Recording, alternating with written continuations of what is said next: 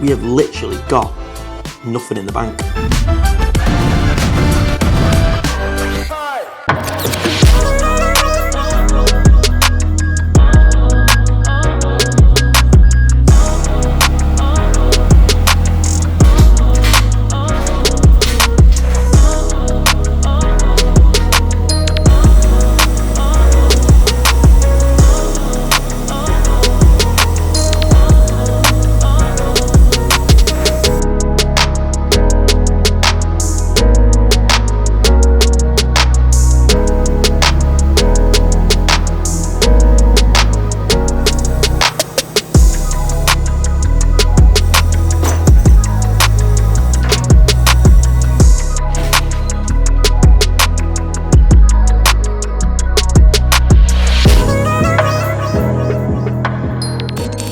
Welcome back to Every Trade Behind the Build. As you've seen there, Project Dudley 2.0, we've got steels delivered.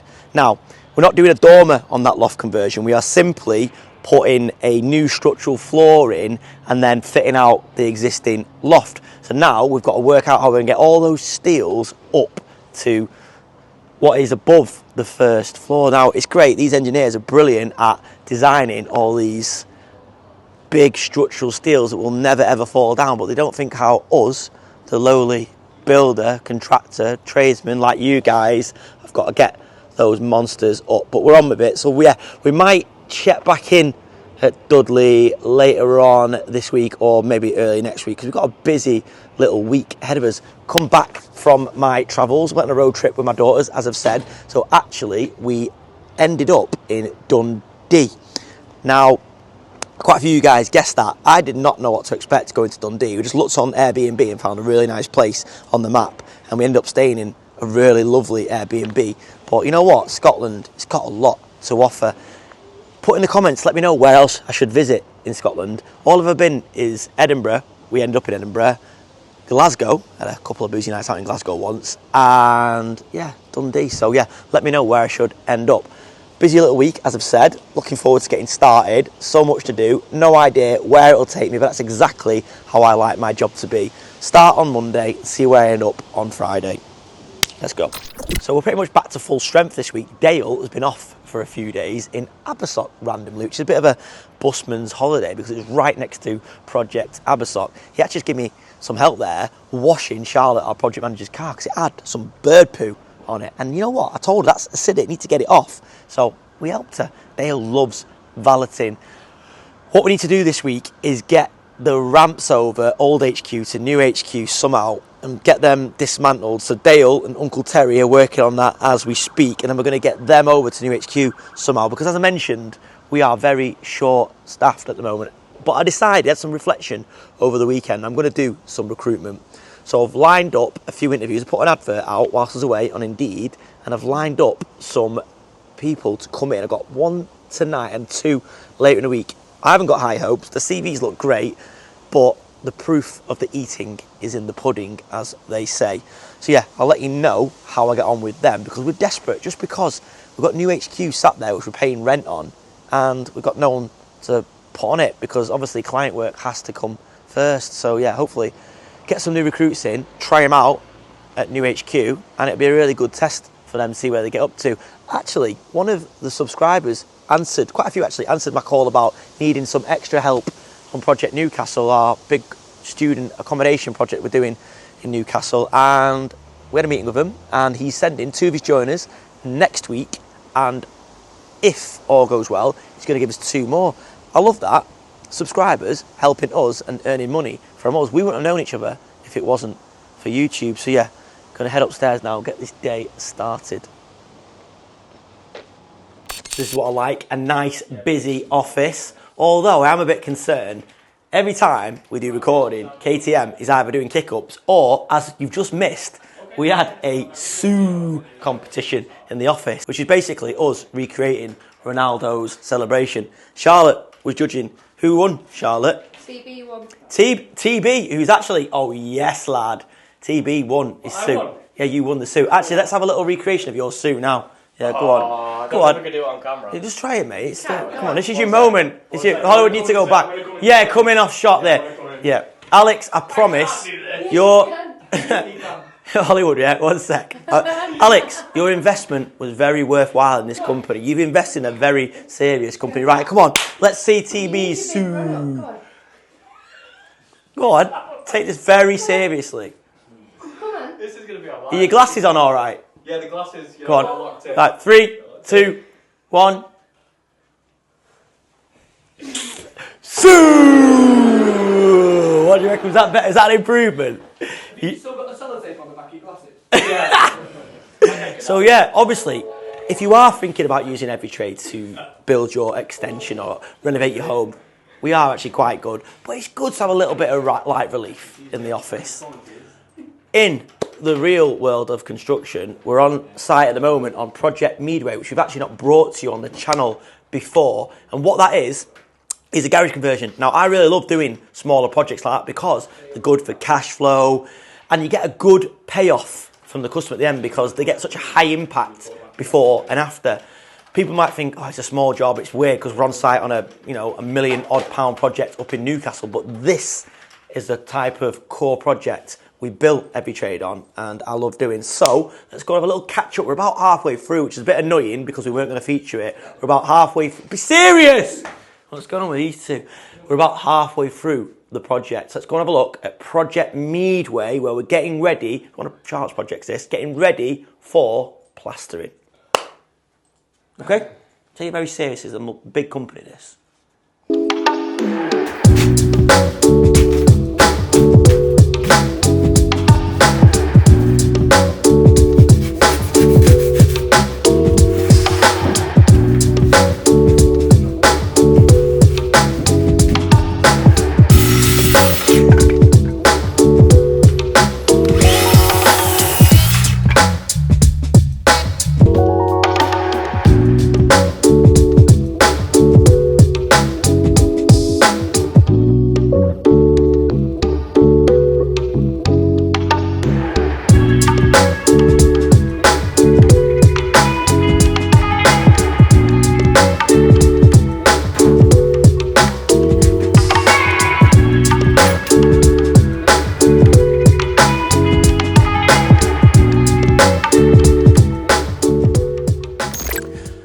So there, Project Midway up and running. We'll get back there, hopefully, with the plasterers. I've just come round to have a chat with the boys, actually, and this is how seriously take this company. Our kid has actually been researching his favourite.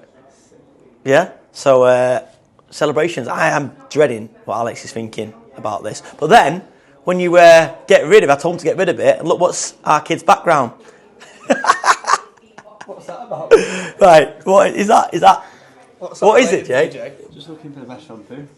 Yeah, but I mean, obviously. It is your background. Yeah, what? Should we talk about that thing you do with 𝗕𝗓𝗓𝗓𝗓? No. Our kid has got a practice that he likes to do with 𝗕𝗓𝗓𝗓𝗓. We probably can't go into it because I think Mum watches and his son. But let's just say he goes through 𝗕𝗓𝗓𝗓𝗓 like Diddy goes through oil, baby oil. A J off. Still suffering with hay fever. So, as I discussed before, I think that's quite an important point.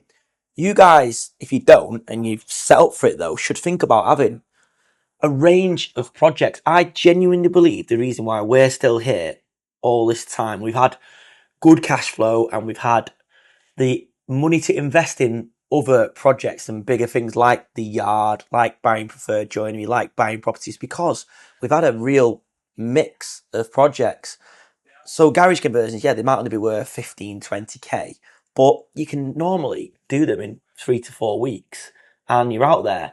You think your profit is, I don't know, 15, 20, 30%, whatever you guys make, it's not to be sniffed at. And like I said before, it's good for cash flow. You're getting those interim payments coming in weekly, every single week, which will then maybe bridge the gaps of your bigger projects like, the one in Newcastle. So we've got Newcastle ongoing at the moment.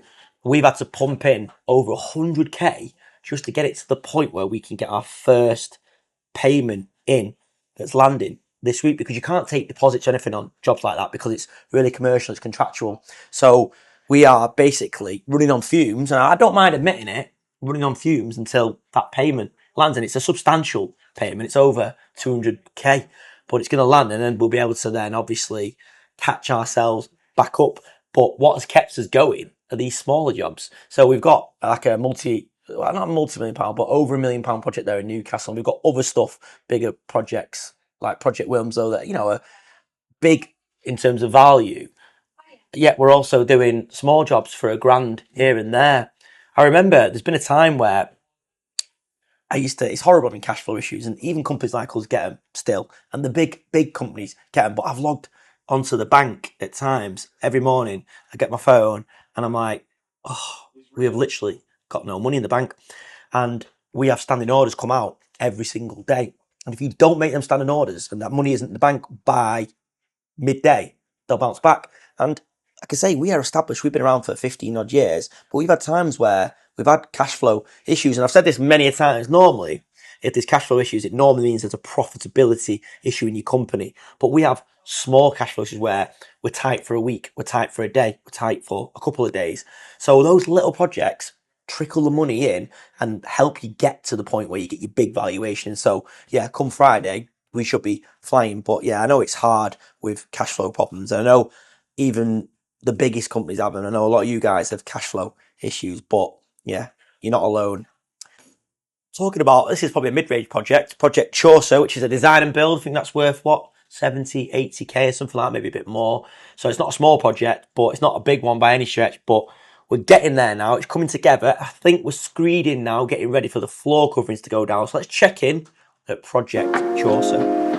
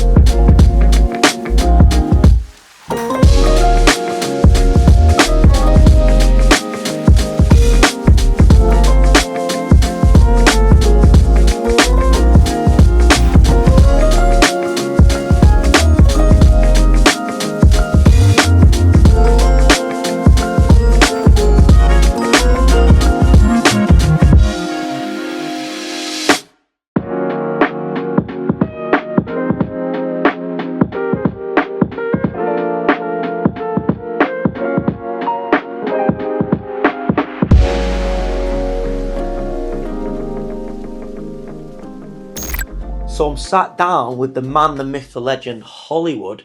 He and I are basically ships passing the night. We don't even see each other that much anymore, do we? Although we do spend a lot of time talking late on Saturday nights to make sure that these episodes are out in time for you guys. This man works through the night, basically. Sometimes you don't upload the episode, do you, to like 4 or 5 in the morning. Do you prefer to work that way? Sometimes, it just depends. Yeah, but you are like it on the night shift, aren't you? I do love that. But yeah, we're just having a little catch up, just to watch last week's episode, sit down and sort of a few things that I've been thinking that we could maybe improve a little bit, step it up a little bit, because we do really want to keep evolving these episodes in terms of putting out fresh content, trying to sort of make marginal gains each week. But what we're noticing, which is something that frustrates us both, is that if we put a clickbaity thumbnail out there and a clickbaity title, we get more views. Annoyingly, we also earn a little bit more money. What we earn on an episode is pennies in ad revenue. It's so much less than you probably think. To actually earn money off YouTube and ad revenue, you've got to be getting hundreds of thousands of views. And even then, it probably still isn't enough to cover the money we put into it. But that isn't the reason we're making these episodes. We're also not that bothered about external sponsorship. As much as it would be nice to cover the costs, we've turned down quite a few offers of sponsorship, from energy drinks and things like that, because it's not what we want to do. We'd rather promote our own businesses. But what we're noticing is, say for example, last week's episode, the feedback from you guys was really good. You seem to like the episode. The comments were nice. There was no real troll activity. The retention, which is the really interesting bit, because the analytics in YouTube is really good. So this is like how much you guys are watching consistently. Now, if we do a clickbait video, the retention is generally quite low, but then your guys are looking for what the video is about. So the views are high. So for example, we did the video with the struggler. It actually started quite low and the views were average, low to average, but it built traction. And what we found is when a lot of you guys were basically fast forwarding it, or people that don't normally watch our content, to the bit the struggler came on, and it spiked because obviously people are interested to see what he's up to, what he's doing with us, and he's got obviously a much bigger audience than we have. It's quite frustrating because the rest of the episode was really good, and the OGs, the people that actually really enjoy our content, will watch it consistently start to finish. So I know that clickbait annoys a lot of people, but if you speak to YouTube, if you watch any sort of tutorial on YouTube, they do really encourage to get what they call a standout catchy title and thumbnail, i.e. clickbait. So I'm sorry if we do deploy them strategies. The thing is, we are putting a lot of effort into these episodes, and this is this man's work, Monday to Friday, has been for like the last 18 months, Monday to Sunday. So we want people to watch. We want to, grow our business. We want to help people, inspire people. But it's just really interesting to see how the thumbnail and the title affects the retention. Hopefully, our hope is that the more subscribers we get, slowly but surely, our viewers will grow. And that's what's happening. It is happening. We're averaging out about 10,000 views an episode, which is good. When you think about we've got, 22,500 subscribers. To get 50% of subscribers to views is strong. You look at a lot of other YouTube channels and they don't get that. So yeah, thanks for sticking with us. We appreciate it. If we use the odd clickbaity thumbnail and title, just understand we're doing it just for the algorithm. Yeah, simple as that. Because YouTube tells us to do it. I want this man's work to be put out there and seen. That's what we want. We want our business little empire to be put out there and seen. Anyway, we're going to crack on, watch last week's episode and see where we can improve and make little improvements so you guys enjoy these episodes. Whilst I'm doing that, let's have a little look at the yard. I think we're going to try and process. We're processing most days now, but there's always something happening in the yard. So let's go and have a look at the yard.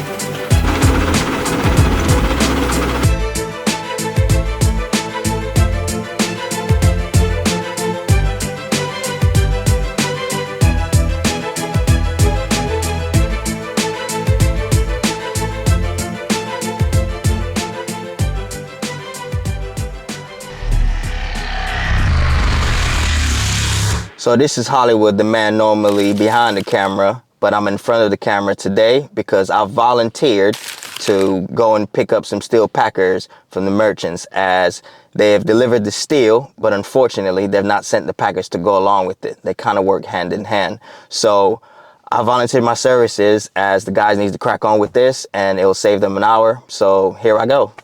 Right, so I've got these steel packers now and I'm gonna head back to give these to the guys. All right, guys, I got your packers here for you. Want a man? Don't say Hollywood don't do anything for you. Never again. I'll ever say that ever again. Good, good, good. There you go, Steve. Cheers, pal. Try not to hurt your back. I won't. Cheers, man. All right, so as you can see, Hollywood has saved the day. So now it's time to go back to what I do best, behind the camera.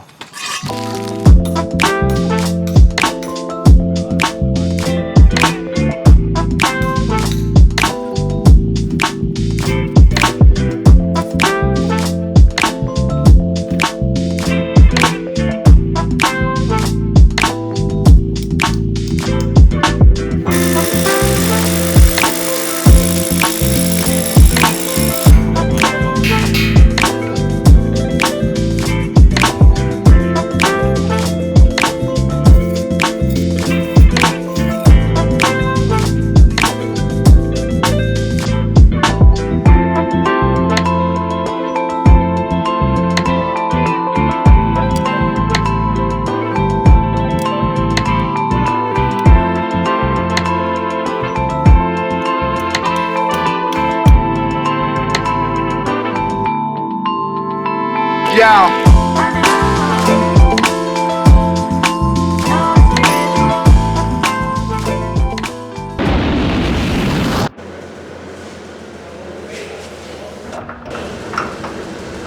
So, as you saw there, we are flying-ish on Project 𝗕𝗨𝗟𝗓. Good to see some steel work in place. Adam and Eve are probably as frustrated as we are because we're pulling them all over the show. We're trying to get Project 𝗕𝗨𝗟𝗓 in a place where they can move off that. They're still doing bits and pieces on 𝗕𝗨𝗟𝗓, and also they're over here at New HQ, and I'm on a scaffold and it gives me a nice view of how we're getting on. And to be fair, we've done a little bit better than I thought. We've got some of the floor timbers in, which is going to create that deck so then we can knock through the existing office and extend the office all the way through. So the boys have brought the block work just past chamber floor level now. And what we're going to need to do next, we brought some joists through, but we need to put a piece of steel in over there, which is going to then allow us to bolt a timber beam to it so we can run the rest of the floor joists in. Then what we'll do is put all the hangers on, firm it all up, and that'll give us a nice platform to work on both sides of the wall. So yeah, also I've got to get this out of the way. This is a heater, but it's got gas, which is there, and an electrical supply too. It's going to be good. We want to use it in the workshop, right in the way at the moment, so we've got to move things over. Main priority for this unit now is to get Dale set up so he's got his workshop, because we can't afford for him to stop. We've got to look after our vans and other people's vans. So yeah, good to see some progress. Thanks to the boys and girls at Baxenden Car Breakers, we've now got a forklift that works. Dale's done his bit and got the starter motor changed. Needs a bit of a TLC, a bit of a service, but how handy is this coming already? The boys will have to handball all this over there, literally themselves, and they're just saying there how handy it is to have this. So thanks very much to James and John, we really appreciate it. If you've seen on their channel, I got them a little gift, not because of this, just because it's great to show appreciation to people that have supported the channel, and that's just the way I am. I like being generous and helping people out. I think in their episode, which will be out on Sunday, if you're watching on Sunday today, Tim, our main man, is over there doing some work at them, so you'll get to see more action. So once you finish watching this and you've liked and subscribed, head over to Baxenden channel and have a look at that. Whilst we're moving some of this, let's head over to Project 𝗕𝗨𝗟𝗓 and see how we're getting on there, trying to get that ready for the roof structure to go on. We've sort of lost a bit of traction on that job for various reasons. We're back on it, full blast now, so let's head over there.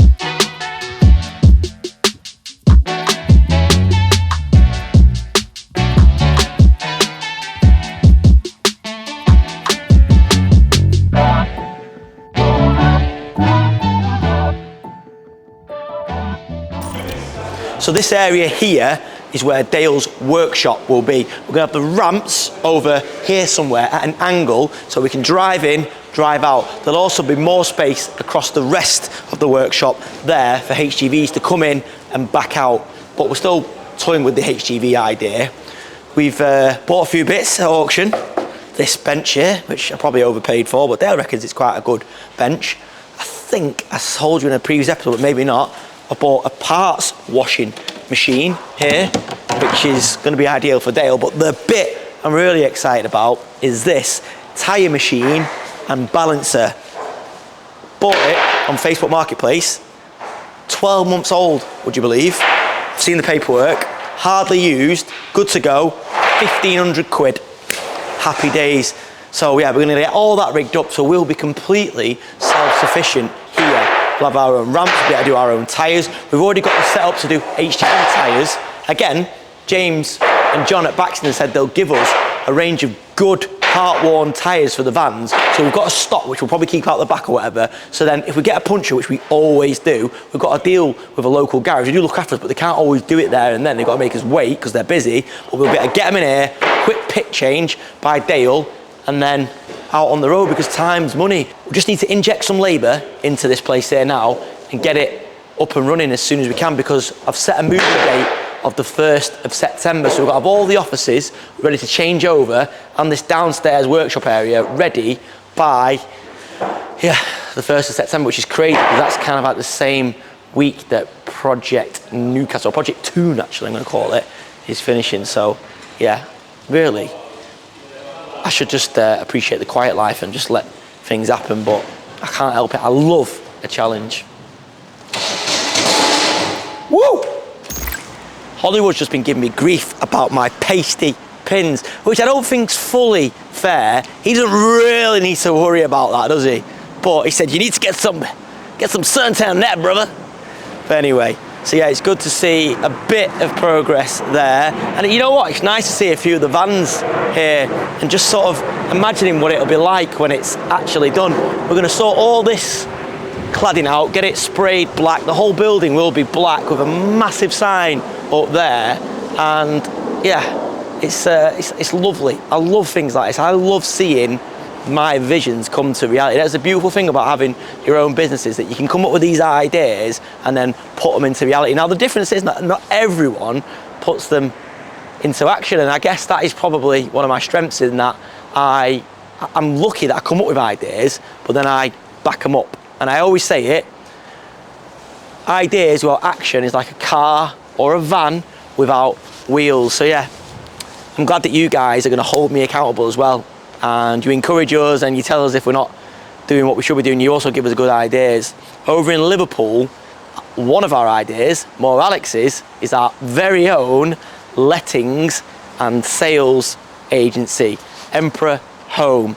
Do me a favour, if you're not already, please subscribe to the Emperor Home Instagram page, because it's got hardly any. Please subscribe, follow the Emperor Home Instagram page, because it's got hardly any followers, and it should have, because it's a great little business. We're going to look after our own properties, but also we're getting properties from professional landlords, people want us to sell, and it's a lovely little business. And once you see the care and attention that we put into the shop, especially Alex and Lindsay, you'll see what we're trying to build. So let's go on over to Liverpool and have a look at the Emperor Home shop, which is there or thereabouts. I'm going to head back to HQ because I should have some interviewees turning up, and I might let you know how we get on with that.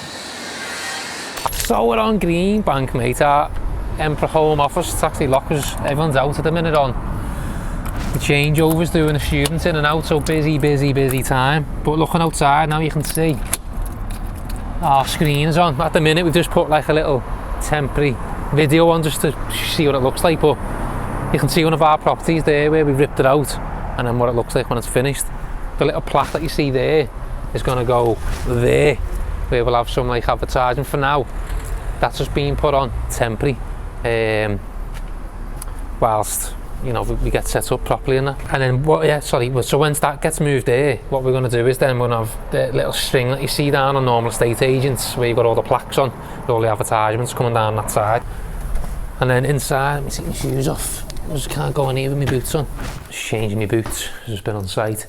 So yeah, so in the office now we're going through probably the busiest time ever in student season, which is basically where all the tenants move out of our existing properties. It's like over 150 rooms for us, 150 people out, and then you've got the rest moving in. So they move out on the 29th of June, and then they all move back in on the 1st of July. So we've been hard at it over the weekend into today, and you know it's crazy at the minute what we're trying to deal with. So the office is busy in and out, making sure people are getting in, getting keys cut, but in between all that we've got Christian and the team doing all the maintenance. So we've got painting getting done, any repairs, getting the cleaning done. So it's a big operation. If you can imagine a hotel with all the rooms that has in one building. Imagine having that, but spread out across the city, and you've got different sites with like 6 rooms in each one, all getting work done at one time. So it's a big operation to get done, and you know, it's all about planning, which we've been planning leading up to this. And Lindsay, to be fair to her, has done a really good job at getting us to this point this year. And I've felt this time round, normally there's a lot more stuff I have to do myself, and this time Lindsay took a lot of that off me and been able to deal with it herself and get things planned in and booked in with all the new and existing tenants. So it's been great having her this time round. Last year she was here with us, but this time she took more of a front and centre role on it, and she's done a good job. And as I say, we're hard at it. So for the rest of this week now, we're busy. Christian isn't even speaking to me properly. He's fell out with me because he's a little bit under pressure. But I thought today, rather than go out to site and be all over people, let them focus on what they're doing, I thought we'll come here whilst everyone's out and it's a little bit quiet, and I'll show you around. So inside, as I say, touched on the outside bit there, and you've seen this a few times now, but now we've got upstairs fully done, which once the show reel's done by now behind the camera, you can see that. I'll give you a little teaser image there of what it looks like now, which is good, by the way, considering where we were a week ago to where it is now. It's unbelievable. Them tenants have now moved in, which is great, but we're going to focus more on the shop now that we've got a few things knocked off. So the desk that you've seen originally in here has been moved over to the preferred office, because preferred's got a new office outside. We've then now got the same as Lindsay's desk set up in here for myself. Just got to get a little sofa, which is going to go there, get rid of all the boxes and the crap. Going to rejig the screen. Now the screen's going to go over that side, and some of the cables get rejigged there. A little bit of storage there to hide them cables, and then it's better, and so people can come in, sit on the couch, we can show stuff on the screen, have a chat. It's just much more better. It's better set up now the way this is. The screen's behind, that's where all our computer is there. They're now ready to roll, so I just need to get them programmed when I get a bit more time, and we can get them on so Lindsay can start seeing things. There's a couple of details there which I don't really want to show you too much about some information of houses. And then down at the front, we've got some nice chairs put in. Need to get a little bit of a table for people to sit and wait. A couple of boxes need to get out the way, clear it up. Some of our certifications to go on there. A little bit of a logo to go there. And yeah, you know what, it's looking good. It's looking good downstairs. The meeting table's getting made for us in a couple of pieces. Jamie is probably watching, needs to hurry up and get that done for me. And as I say, yeah, the little sign. It's funny, these plaques here that are here, Lindsay's been going on about me, or going on to me for ages now, saying, please get them. We need to get them in the shop. So then the first day that we put one up, someone stopped and started looking. It was hilarious. So she was made up watching that happen. But as I say, this is going to go there, and it's going to have 2 A4 pieces in the top. That's A3, that size, top and bottom. We're going to split it with a divide, put that there, and then we're going to have the strings coming down, or the cords with the other plaques on in A3 there to advertise properties and stuff. Clean them cables up, put some proper images on there, which we're going to task our design team in with. But at the minute, we've just got a video on that Niall made, actually. Just remembered, showing at the moment. So yeah, busy time. I'm sure Chris will probably tell you a little bit more, but because I've got so much more to deal with today, I'm going to keep it short and sweet, and hand you back over to Chris now in Manchester, and he can take it from here. So before we go and do these interviews, I thought I'd have a quick pit stop at Project 𝗕𝗨𝗟𝗓. And you know what? It's nice to see some steel up on site. Even though steel's expensive, even though it's heavy and it's hard to work with, it means that the boys can now crack on and do some brick and block work, as you saw before, but also it gives you a bit of an idea of what we've had to do to make this site work, because this plot was quite small. When Alex INTB sat down to design this, we needed to have parking spaces because you've got to provide off-road parking, but we wanted to maximise the admin bit upstairs. So we came up with this idea of having the parking sort of port, if you like, underneath offices above, which I think to be a really nice feature. It means that the staff will be able to get out of the car and be sort of protected from the elements, but we can then maximise the upstairs. You know what? This would have been all right for every trade probably about 5 years ago, because we've got all this workshop space here and loads of admin space above, but with what Alex and I want to do and want to achieve, it's probably not quite, not sort of big enough for what we want to do. It's not really fit for purpose, but you can see the boys are getting some block work in. Oh, what the heck? What's that? I don't know. Someone will tell me. I should know. But yeah, all laid out, set out, ready for the boys to crack on later on in the week. We've also got this mesh in place, which you'll remember the engineer has designed because he wants this corner to be a fully retained wall should that monstrosity of a building there come on top of us, or in the very unlikely event that new build should come in there. We have spent so much money getting to this point, it is a joke.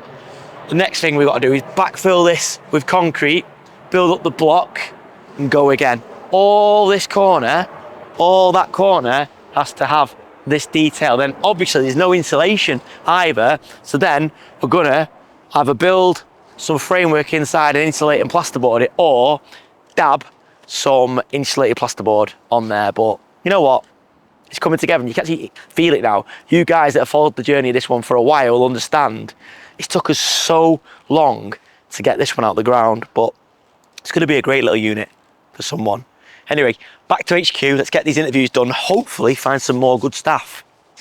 So I've just come into the meeting room, just a little bit of quiet time. It's chaos out there at the moment. It's the kind of good chaos that I love, because sometimes, and you know I'm quite a reflective person, I take a step back and I see how far I've come. I remember when I was sat in my spare room at the time, a little tiny sort of spare room stroke office, when we just got this business going. It was me and Uncle Paul, so that's cousin Alex's dad, and I had an old diary, and I had my little baby Summer, who's now 16, it's there on my lap, and I'd just be trying to book people in and just trying to get the business moving, get momentum. And now I look and there's like a hive of activity, there's a busy little office, all sorts going on. And you know what, it's nice to reflect. I think as you get a bit older, you reflect a bit more about things like this. Although sometimes you get snapped back into focus and you see that it's very expensive to run a business like this. And if you add up all these people that we owe, it's just like random companies, £1,000 here, £4,000 there. There you go, the Ray boys, promised I'd sort them out some money this week as well. Very good supplier of ours. If you need concrete in the Manchester area, give them a shout. And you know, these are all our suppliers that we need to pay, we have to pay, otherwise we won't have a business. But if you don't get it right and you get your timing wrong, like before I talked about cash flow, then things can just fall over. And it'll also fall over without staff. And that's why we need to be constantly recruiting, as much as I don't like the recruitment process. But yeah, it's good. It's nice to sometimes just reflect on how far I've come, how far we've come as a business. See those guys out there that have sort of nurtured, you know, and tried to build, just out there fighting the fight for me over there. And I love it, you know, it's great. Another thing which caught me off guard before, one of my really, really good customers, probably my best customer, if you like, in terms of the amount of work I've done with him over the years, rang me and said, do you know anyone that does timber windows? And I was thinking, is it a joke? Like, I was like, us? And he went, yeah, do you know anyone in your area? Because I've got a project in the north. I was like, yeah, Preferred Joinery, you know, the joinery company that me and Alex own. And he was like, oh my God, I forgot you own that. I was thinking, that's a bit worrying. An existing, really long-standing customer I speak to all the time forgot the fact that we own a bespoke joinery company like Preferred. I mean, Preferred's flying now. We've recruited Mark in the office there. I think Alex is going to talk about that in probably next week's episode. Check it out on Saturday, it'll be on now. And it's going in the right direction. The orders are flying in and we're really making changes. But yeah, for an existing long-standing customer not to know that we own the joinery company, not to forget, means I'm not doing my job right. And it also means that a lot of people maybe don't know that we own a grab and aggregates company, a heating company, an architectural company. We've also got Danny running the estimating side of the business as well, where we price jobs for other builders like yourself. So yeah, maybe I need to do a better job of talking about it. I mean, obviously, not all my customers, probably hardly any, watch the YouTube episodes, which is where I talk about it more, but it just makes you think that maybe you just need constantly to remind people what you actually do. And then it made me feel I'm so glad that we've got a diverse business that does all those things, because I read all the time about industries, you know, going quiet, construction, property, especially on the aggregate side. Yeah, we're not solely relying on any one industry. We're very much heavily knee-deep in construction, but yeah, we're not solely relying on just one area, which is great, which is why the whole Every Trade, the supermarket of trades, that's why when I was in my spare bedroom all those years ago, that's where it came from, the idea. So that went well. Out of 3 interviews that were lined up, and that's after I narrowed quite a few down on Indeed, only 1 turned up. So that's good, isn't it? Why arrange an interview and then not have the decency to say you found another job or you can't make it? Weird. But there is one guy who seemed really good, a multi-skilled joiner, who claims he can do a lot of stuff. So we're going to give him a go, because it doesn't matter how good the interview is, the proof is in the pudding, like I said before. But yeah, that's it. A good week, to be fair. A lot done. Hope you've enjoyed this episode, guys. If you have, please click like, comment below, because I really do enjoy reading your comments, and subscribe if you're not already.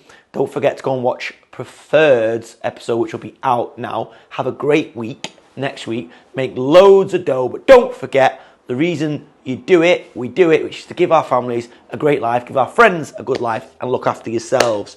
Have a great week, guys.